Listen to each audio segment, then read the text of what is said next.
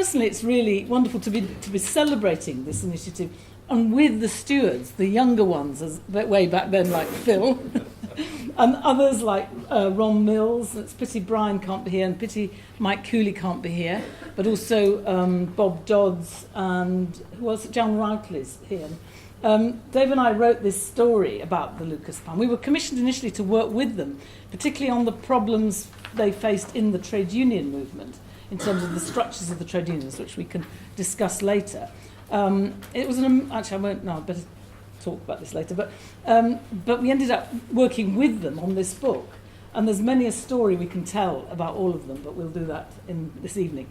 I wanted really to start with a quote from Mike Cooley, where he said that the aim of the plan was to create an exemplary initiative, sort of agit-prop by action, in order to inflame the imagination. If he'd said at the end of that, if he'd added in the next 40 years, I think it would have been considered a bit bonkers, but here we are. And so the other thing is that we're both celebrating that initiative historically, but also we're working with younger people. In the last year or two, as interest has grown, particularly in response to people thinking about climate change and arms conversion, particularly around Trident, somehow the Lucas Plan has always come up. So I found myself, probably along with Dave and Phil and others, at meetings, and Mick and Ron, at meetings as big as they were at the time of the plan. With young people like, I think Loz Hall is here from the Young Quakers, or Eric Scandrett from the Scottish Green Party. But meetings, 2 in a weekend of sort of hundreds of people discussing the plan and its implications.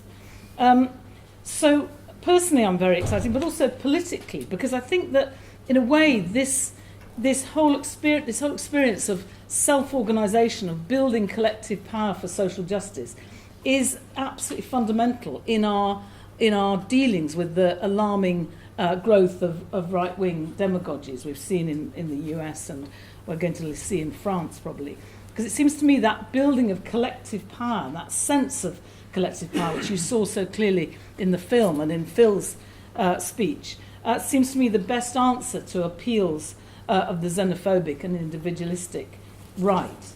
And I think one of the reasons is that it enables people to realise their own power, and with this, have a sense of their own capacity to change, to control what's happening, rather than to look to false leaders.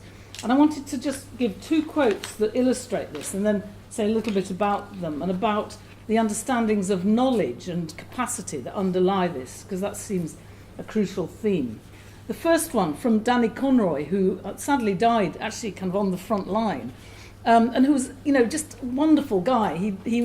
He combined a kind of tough shrewdness, so he was really good at calling officials to account, with this kind of wit and sort of creativity that came out in the Combine. In a way, the Combine did bring out people's creativity and their feelings for their wider community. That whole notion of social use, it wasn't just an abstract use value, it wasn't just an abstract idea. It actually pointed to social relationships between people as workers and people as citizens in their different communities.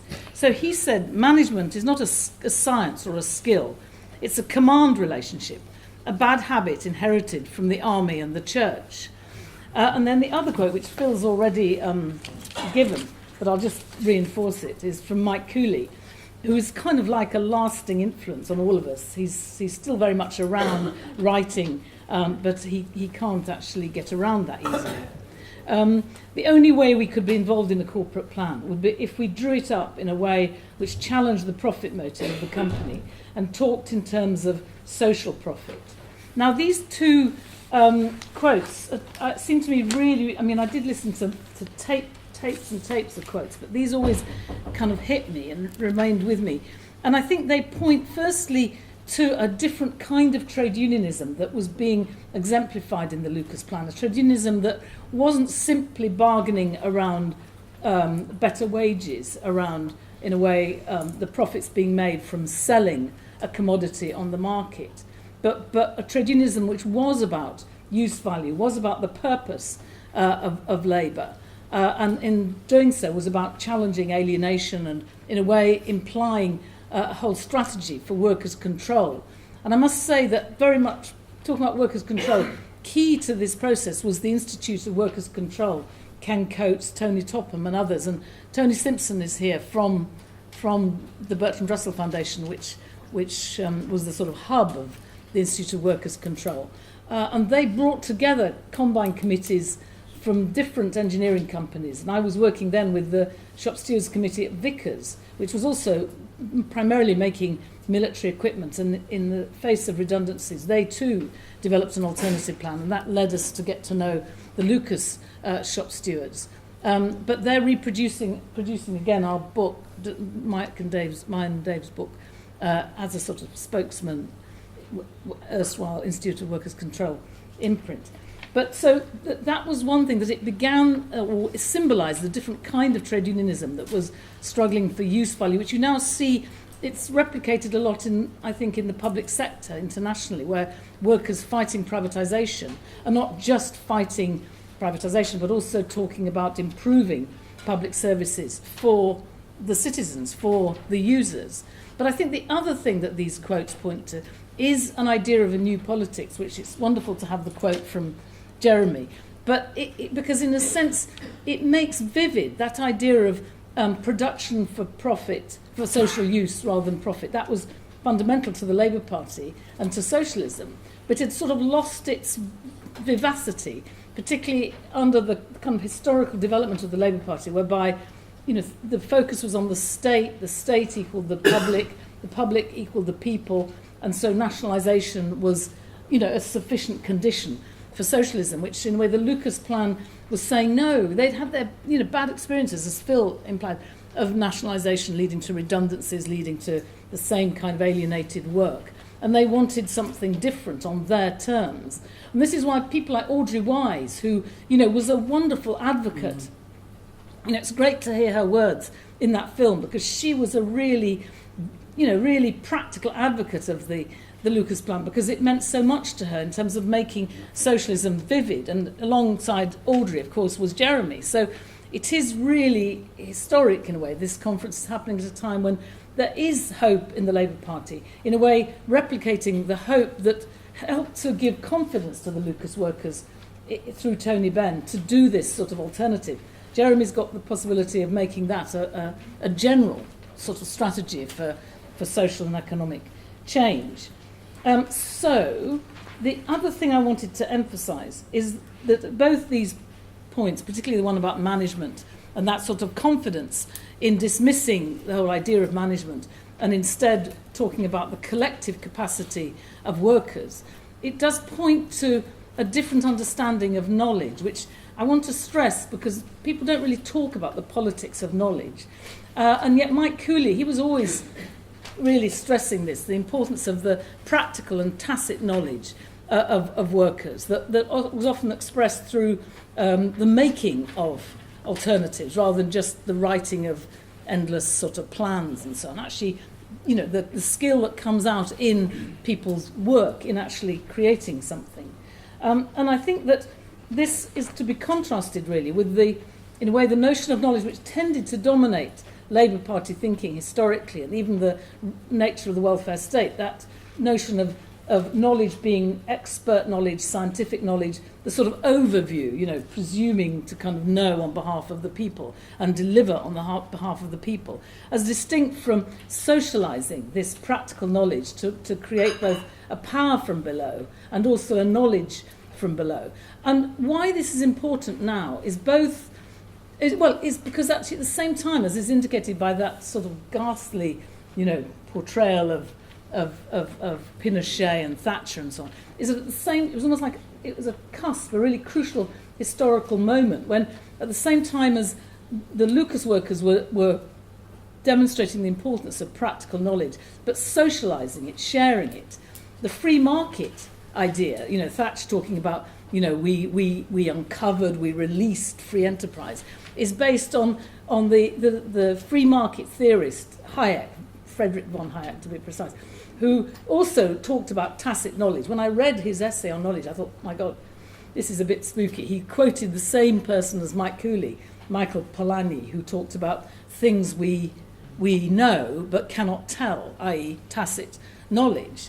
Now, what he was saying was that tacit knowledge is in the entrepreneur, and he then wrote another essay on individualism, and for him that tacit knowledge was totally individual, hence the only form of social order was the market that, through the price mechanism and so on, coordinated that individual knowledge. So for me, and I think for many other people, and we saw it in the GLC and the whole idea of popular planning, that the Combine Committee, the women's movement, a lot of sort of social movement initiatives from below, the plan from the bottom up, illustrated a real answer to free market politics by talking about, yes, tacit knowledge, it isn't just about the state, it's about the practical knowledge of ordinary people. The wisdom is on the streets, as Jeremy Corbyn says. But that tacit knowledge can be socialised, can be the source of collective power. So we don't break the connection between social purpose and social outcome, which Hayek was saying, is broken and therefore we can't plan and so on. But we can plan from below, but we must always plan experimentally and be open to new thinking, to drawing in different people, different sources of knowledge. So I think that in a way the Lucas Plan showed an alternative way that we could have moved beyond the post-war settlement. And it was defeated, but it's so important that memory is not just alive in our minds historically and so on, but is the basis and inspiration for new thinking. And I think it's clear that there are many ways. I won't go on because I'm running out of time. Yes, but just one way. I mean, there are many ways in which those ideas are now being put into practice or being thought about. The whole issue of arms conversion, which will be discussed in a workshop, is now being thought about, not so much in terms of the site-by-site arms conversion of the Lucas Plan, but taking the whole idea of workers' involvement, but making it the basis of a society-wide industrial strategy to move away from the Cold War military economy that we still have, for Christ's sake, years after the Cold War, to then secondly to address at the same time climate change with alternative products like wind power and so on. And then thirdly, I think another crucial area, and it's good to see young people here, is the development of a movement around the new technology, the new communications and information technology, which isn't taking technology as a given, but like Mike Cooley and Phil Asquith and all the other Lucas stewards, is saying actually technology is a matter of choices and values, and we've got to ask those questions that Audrey asked of, for what, for whose purpose, who's going to benefit. And in a way, the whole open software movement, the whole sort of Linux, Ubuntu kind of movement around new technology, the hackers movement, which is ambiguous in many ways, but is about choosing and consciously developing technology for social purposes, which brings them up against corporate power. So finally, just to say, the Lucas stewards always said, a Lucas Aerospace Appreciation Society is not what we had in mind. And I think that, we must remember, we do think they're wonderful, and it's wonderful to see them, and the plan was wonderful. But what they were talking about is changing society, changing the world, and taking action now, and illustrating in our own lives, living alternatives. So that's the purpose of the day, to see how we can take things forward, as well as celebrate the work of all the stewards. Thanks.